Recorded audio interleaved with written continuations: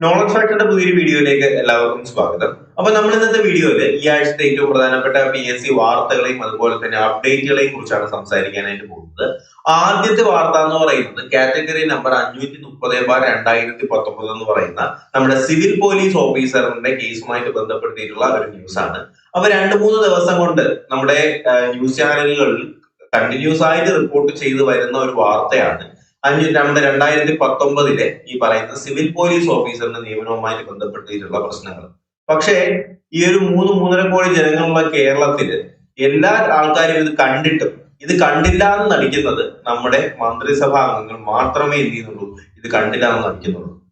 നമ്മുടെ കോൺസ്റ്റബിളിന്റെ നിയമന ശുപാർശ കുറയുന്നു, നമ്മുടെ പ്രക്ഷോഭങ്ങൾ ശക്തമാകുന്നു എന്ന് പറഞ്ഞിട്ടാണ് ഈ ഒരു വാർത്ത വരുന്നത്. അതുപോലെ തന്നെ നമ്മുടെ തൊഴിൽ വീതിക്കകത്ത് പറയുന്ന വാർത്ത ഉണ്ടല്ലോ, നമ്മുടെ CPO 307 ഒഴിവുകൾ കൂടി ഇതുവരെ നിയമനം 4029 പേര് മാത്രമാണെന്ന് പറയുന്നുണ്ട്. അപ്പൊ എന്ത് തന്നെയായാലും നമ്മുടെ സിവിൽ പോലീസ് ഓഫീസറിന്റെ കേസ് ഇതാണ്. പക്ഷെ പഴയ CPO ഇങ്ങനെയാണെങ്കിലും പുതിയ CPOയുടെ പരീക്ഷ നടത്തുകയും ചെയ്യും, അവരതുമായിട്ട് ബന്ധപ്പെടുത്തിയിട്ട് അപ്പോയിന്റ്മെന്റ് നടത്തും. അപ്പൊ എന്തൊക്കെയാണ് നമ്മുടെ കേരള PSCയുടെ ഭാഗത്ത് നിന്നും കേരള സർക്കാരിന്റെ ഭാഗത്ത് നിന്നും യുവജനങ്ങളോട് കാണിച്ചു വരുന്ന ഈ ഒരു നെറുകേടെന്നാണ് എനിക്ക് മനസ്സിലായി വന്നത്. അതുപോലെ തന്നെ നമ്മുടെ വിമൻ പോലീസിന്റെ നിയമന ശുപാർശ 585 പേർക്കാണ്. അതുപോലെ തന്നെ ഈ പറയുന്ന WCPOയുടെ ലിസ്റ്റും ഇനി ദിവസങ്ങൾ മാത്രമേ അതിന് ആയുസുള്ളൂ. അപ്പോ ഒരു പരീക്ഷ എഴുതിപ്പിക്കുമ്പോൾ അത് പ്രത്യേകിച്ച് 2019 ഈ പറയുന്ന CPO പരീക്ഷ എന്ന് പറയുന്നത് പ്രിലിംസ്, മെയിൻസ്, അതിനുശേഷം പിന്നെ എന്താണ് ഫിസിക്കല്, അങ്ങനെയൊക്കെ വരുന്ന ഒരുപാട് നമ്മുടെ കഴിഞ്ഞ ചെയർമാന്റെ ഒരുപാട് കുൽസിത പ്രവർത്തികൾ കാരണം നമ്മൾ ഒരുപാട് കഷ്ടപ്പെട്ട, നമ്മൾ ഒരുപാട് വർഷം എന്ത് ചെയ്തു, വേസ്റ്റ് ആയ ഒരു പരീക്ഷ തന്നെയാണ് ഈ പറയുന്ന 2019 ഈ ഒരു പരീക്ഷ എന്ന് പറയുന്നത്. എന്നിട്ടും ഇതിനെതിരെ ഇത്രയും നെറികേടുകൾ കാണിക്കുന്നു എന്നുണ്ടെങ്കിൽ അതിനൊക്കെ മറുപടി കൊടുക്കേണ്ടത് ഞാനല്ല, നിങ്ങൾ തന്നെയാണ്. അപ്പൊ എന്തായാലും നിങ്ങളുടെ അഭിപ്രായങ്ങൾ തീർച്ചയായിട്ടും കമന്റുകളായിട്ട് പ്രതീക്ഷിക്കുകയാണ്. അപ്പൊ CPOയുടെ കാര്യം നമ്മുടെ വാർത്താ മാധ്യമങ്ങളിലും അതുപോലെ തന്നെ ഈ പറയുന്ന തൊഴിൽ മാധ്യമങ്ങളിലും വ്യക്തമായിട്ട് അവർ റിപ്പോർട്ട് ചെയ്യുന്നുണ്ട്. കാണേണ്ടവര് കാണുക, കണ്ണു തുറക്കേണ്ടവരുടെ കണ്ണ് ഇനിയെങ്കിലും തുറക്കാനായിട്ട് ശ്രമിക്കുക. അടുത്ത വാർത്ത എന്ന് പറയുന്നത് നമ്മുടെ അസിസ്റ്റന്റ് സെയിൽസ്മാന്റെ റാങ്ക് പട്ടികയ്ക്ക് 1 വയസ്സ്, നിയമനം കാത്തിരിക്കുന്നത് 15,754 പേരാണ്. കഴിഞ്ഞ റാങ്ക് ലിസ്റ്റിൽ ആകെ നിയമന ശുപാർശ 2,914 പേരാണെന്ന് ഇവർ പറയുന്നത്. എല്ലാ തസ്തികയിലേക്കും ഈ ഒരു രീതിയിലാണ് നിങ്ങളുടെ അപ്രോച്ച് എന്നുണ്ടെങ്കിൽ എങ്ങനെയാണ് ജനങ്ങൾ കേരളത്തിൽ നിൽക്കുക? ഇപ്പൊ തന്നെ പറയുന്നുണ്ട് കേരളത്തിലെ യുവാക്കൾ കേരളത്തിലില്ല, അവരെന്ത് ചെയ്യുന്നു, മറ്റു രാജ്യങ്ങളിലേക്ക് പോകുന്നു എന്നുള്ള കാര്യം. ഈ ഒരു സിറ്റുവേഷൻ ആണെന്നുണ്ടെങ്കിൽ എങ്ങനെ അവർ പോകാതിരിക്കും? പക്ഷെ ഒരു കാര്യമുണ്ട്, എത്രയൊക്കെ നെഗറ്റീവ് പറഞ്ഞാലും ആദ്യത്തെ ഈ പറയുന്ന ഒരു 300-500 റാങ്കിനകത്ത് വരാണെന്നുണ്ടെങ്കിൽ നിങ്ങൾക്ക് റാങ്ക് ലിസ്റ്റിനകത്ത് ജോലി കിട്ടാനായിട്ട് കഴിയത്തുള്ളൂ. ഓക്കെ, ആ ഒരു കാര്യം മനസ്സിലാക്കി വെച്ചേക്കും. ഇനി വരുന്ന ഏത് പരീക്ഷയ്ക്കാണെങ്കിലും, അത് ഞാൻ ഈ പറയുന്ന വേക്കൻസികളുള്ള പരീക്ഷകളുടെ കാര്യമാണ് പറയുന്നത്. CPO ഇനി വരുന്ന CPO ആണെങ്കിലും ശ്രദ്ധിക്കേണ്ട ഒരു കേസ് ഇതാണ്. ഈ പറയുന്ന ആദ്യത്തെ ഒരു 500-600-നകത്തുള്ള റാങ്കുകാർക്കാണെന്നുണ്ടെങ്കിൽ ജോലി കിട്ടാനുള്ള ചാൻസ് നല്ല രീതിയിലുണ്ട്. ബാക്കിയുള്ളവരുടെ കേസ് ആണെങ്കിൽ ഈ പറയുന്ന കണക്കിനായിരിക്കും ബാക്കിയുള്ളവരുടെ കേസ്. അപ്പോ മാക്സിമം നല്ല രീതിയിൽ വർക്ക് ചെയ്യുക, മാക്സിമം മാർക്ക് വാങ്ങിക്കാനായിട്ട് ശ്രമിക്കുക എന്നുള്ളത് മാത്രമേ നമുക്ക് ചെയ്യാനായിട്ട് കഴിയത്തുള്ളൂ. അല്ലാന്നുണ്ടെങ്കിൽ വേറെ എന്തെങ്കിലും നോക്കുക. ഓക്കെ, അപ്പൊ ഈ പറയുന്നതാണെങ്കിൽ നമുക്ക് എന്തായാലും നമ്മൾ ഇറങ്ങി തിരിച്ചു.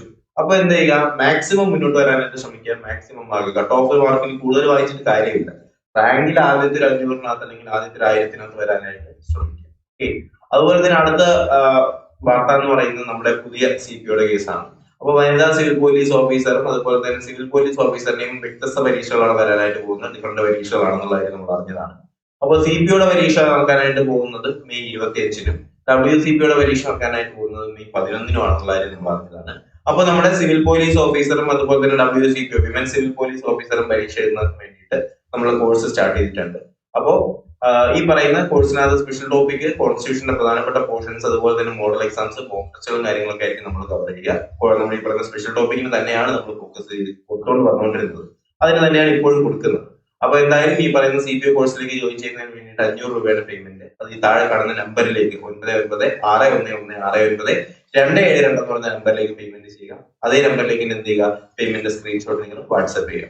അങ്ങനെയാണെന്നുണ്ടെങ്കിൽ നിങ്ങൾ എന്ത് ചെയ്യുന്നു, അതേ ദിവസം തന്നെ ഗ്രൂപ്പിലേക്ക് ആഡ് ചെയ്യുന്നതായിരിക്കും. ഈ നമ്പറിലേക്ക് വിളിക്കേണ്ട, ഇത് കോൾ ചെയ്യുമ്പോൾ നമ്പർ അല്ല. ഓക്കെ, അപ്പോ CPOയുടെയും അതുപോലെ തന്നെ WCPOയുടെയും സെയിം ആണ്. അപ്പൊ നിങ്ങൾ ജോയിൻ ചെയ്യാൻ താല്പര്യമുള്ളവർ എന്ത് ചെയ്യുക, ജോയിൻ ചെയ്ത് വരിക. അപ്പൊ നമ്മുടെ ക്ലാസ്സുകൾ ഓൾറെഡി സ്റ്റാർട്ട് ചെയ്തിട്ടുണ്ട്. ഇന്നലെ നമ്മളൊരു ക്ലാസ് അപ്ലോഡ് ചെയ്തിട്ടുണ്ടായിരുന്നു, കാണാത്തവർ ഒരുപാട് പേരുണ്ട്. അപ്പോൾ ക്ലാസ് കാണാനായിട്ട് ശ്രമിക്കുക. ഞാൻ അപ്ലോഡ് ചെയ്യുന്ന ദിവസം തന്നെ നിങ്ങൾ എന്ത് ചെയ്യുക, ക്ലാസ്സുകൾ ഫോളോ അപ്പ് ആയിട്ട് പഠിച്ച് അതിന് നോട്ട്സ് കൂടി നമ്മുടെ പേജ് ഗ്രൂപ്പിൽ നിന്ന് വായിച്ച് ആ ഒരു രീതിയിൽ തന്നെ നിങ്ങൾ ഒന്ന് സെറ്റ് ചെയ്ത് പോകാനായിട്ട് ശ്രമിക്കുക. നമുക്ക് മുന്നോട്ട് വന്നേ കഴിയത്തുള്ളൂ. ഓക്കെ, അടുത്ത വാർത്ത എന്ന് പറയുന്നത് നമ്മൾ അറിഞ്ഞതാണ്, സർക്കാർ ജോലിയിൽ കയറിയിട്ടും എന്ത് ചെയ്യുന്നുണ്ട്, ശമ്പളത്തിന്റെ കുടിശ്ശികയുടെ കേസിൽ ചരിത്രത്തിൽ ആദ്യമായിട്ട് ശമ്പളം മുടങ്ങിയ ഒരവസ്ഥ. അതിനൊരു മാറ്റം വരുത്തിക്കൊണ്ട് ഇന്ന് ശമ്പളം നിങ്ങളുടെ അക്കൗണ്ടിൽ, അല്ലെങ്കിൽ ഈ പറയുന്ന സർക്കാർ ജീവനക്കാരുടെ അക്കൗണ്ടിൽ വരുമെന്നാണ് അറിയാനായിട്ട് കഴിഞ്ഞത്.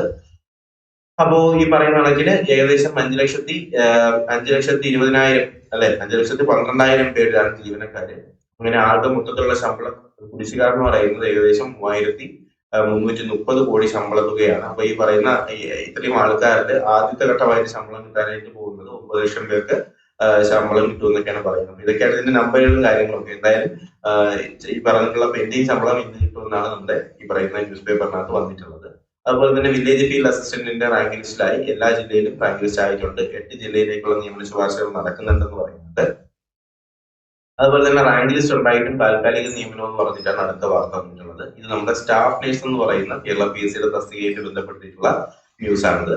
അപ്പോ ഇതിൽ തന്നെ റാങ്ക് ലിസ്റ്റ് നിലവിലുണ്ടായിട്ടും അത് ഫോളോ അപ്പ് ചെയ്യാതെ താൽക്കാലിക നിയമനത്തിന്റെ കേസിലാണ് നമ്മുടെ PSCക്ക് ഇപ്പോഴും ഈ പറയുന്ന ഒരു ശുഷ്കാന്തി ഉള്ളത്. ഈ താൽക്കാലിക നിയമനത്തിലോട് കാണിക്കുന്ന ശുഷ്കാന്തി ബാക്കിയുള്ള നോർമൽ റാങ്ക് ലിസ്റ്റിലൂടെ കാണിക്കാനായിട്ട് ശ്രമിച്ചാൽ അത് ഒരുപാട് പേർക്ക് ഉപകാരപ്പെടുന്നതായിരിക്കും. അതുപോലെ തന്നെ സ്റ്റാഫ് നേഴ്സിലേക്ക് 89 പേർ കൂടി നിയമന ശുപാർശകൾ പോയിട്ടുണ്ടെന്നാണ് പറയുന്നത്. അതുപോലെ തന്നെ കായിക പരീക്ഷ തോറ്റവരും ഉൾപ്പെട്ടു. ആംഡ് പോലീസിന്റെ സബ് ഇൻസ്പെക്ടറിന്റെ ലിസ്റ്റ് തിരുത്തി എന്ന് പറയുന്ന ഒരു വാർത്ത വന്നിട്ടുണ്ട്. അപ്പോൾ ഇതിനെ കുറിച്ച് ഡീറ്റെയിൽ ആയിട്ട് ഇന്നലെ സംസാരിച്ച കേസാണ്. ആദ്യ ലിസ്റ്റിൽ ഉൾപ്പെട്ടവരിൽ പരീക്ഷയിൽ പങ്കെടുക്കാത്തവരും വന്നിട്ടുണ്ട്. അപ്പൊ എന്തായാലും നല്ല കാര്യമാണ് അല്ലെ. അപ്പൊ പങ്കെടുത്തവർക്ക് ജോലി കിട്ടുന്നതിന്റെ കൂട്ടത്തിൽ പങ്കെടുക്കാത്തവർക്ക് കൂടി ജോലി കിട്ടട്ടെ അല്ലെ. അപ്പോ ഇങ്ങനെയൊക്കെ തന്നെ ചെയ്യണം. ക്ലറിക്കൽ മിസ്റ്റേക്ക് എന്നൊക്കെയാണ് കേരള PSC പറയുന്നത്. അപ്പോ നിങ്ങൾ PSCക്കാര് ഒരു ചെറിയ മിസ്റ്റേക്ക് ചെയ്യുമ്പോഴത്തേക്കും അത് ബാധിക്കുന്നത് ഒരുപാട് യുവാക്കളുടെ ജീവിതമാണ് കേട്ടോ.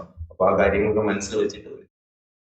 അതുപോലെ തന്നെ നമ്മുടെ 2024 ആദ്യത്തെ വിജ്ഞാപനം 22 തസ്തികയിലേക്കുള്ള PSC വിജ്ഞാപനത്തിന്റെ ഗസറ്റ് തീയതി വന്നിട്ടുള്ളത് 1/3/2024 അപേക്ഷ സ്വീകരിക്കുന്ന അവസാന തീയതി എന്ന് പറയുന്നത് ഏപ്രിൽ 3 രാത്രി 12 വരെയാണ്. എന്ന് പറയുമ്പോൾ ഇന്ന് വരെ മാത്രമേ ഇതിന്റെ ഈ പറയുന്ന ഡേറ്റ്സ് ഉള്ളൂ. അപ്പോ ആരെങ്കിലും ഈ പറയുന്ന പോസ്റ്റിലേക്ക് അപ്ലൈ ചെയ്യാത്തവരുണ്ട് എന്നുണ്ടെങ്കിൽ ഇന്ന് അപ്ലൈ ചെയ്യാൻ ശ്രമിക്കുക, അല്ലാന്നുണ്ടെങ്കിൽ ബുദ്ധിമുട്ടാവും കേട്ടോ.